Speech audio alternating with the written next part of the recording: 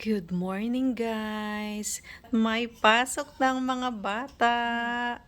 Ang haba-haba ng kanilang bakasyon dahil sa weather. So, 1 week na ngayon kasi since last Wednesday, di ba, nag-half day ang classes dahil sa bagyo and habagat. Ayan. Ngayon, napasok na sila kasi wala nang ulan. Wala nang malalakas na ulan.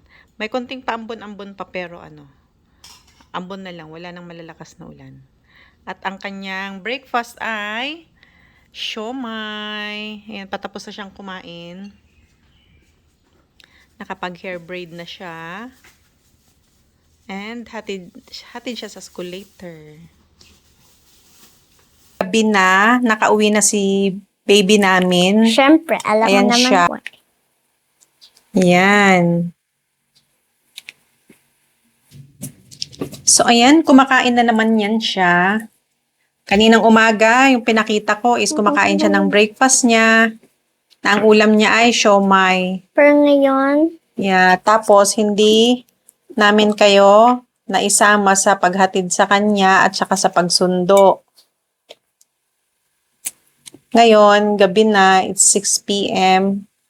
It's her dinner. Ang ulam niya ay fish. May tama ka, no? Fish fillet. Fish fillet na kasi natanggal yung buto. 'Di ba? Boneless fish. Bunlis. Kuyakoy. Ano masasabi mo, baby? Nanalo ako.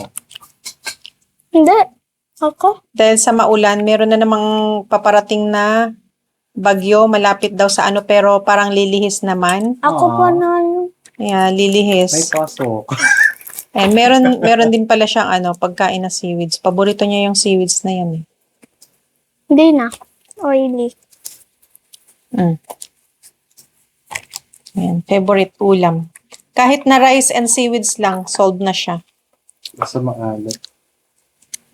Ayan naman si Daddy. Ayan ang kanyang food. Dahil diet sila. Mga tao ngayon dito ay diet. Dinner ni Daddy ay fish lang at pakbet na walang pork.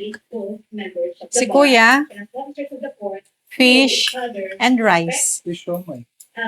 Tapos Fish. yung itlog na tira. Oo. Fish, somai, at saka yung dalawang egg. 1.5. 1.5. Ubusin mo na yun. Ayun nyo. Ayun na, ubusin mo na yun. Okay yung kanin. Okay na yun. Kanina pa yun okay. Alright. Si Inday, malapit nang maubos ang kanyang food. Na ayaw gumamit ng fork, oh.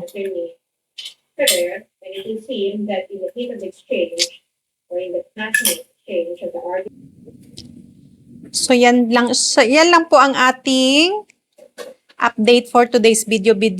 Mami, bakit mayroong morning routine at night routine? Wala afternoon routine. Hindi naman Kasi may from time to time kailangan mong Ayan, so good night everyone. Keep safe po kasi hanggang ngayon ay maulan pa rin. So ingat-ingat po tayo. May paparating na namang bagyo, 'di ba? Para walang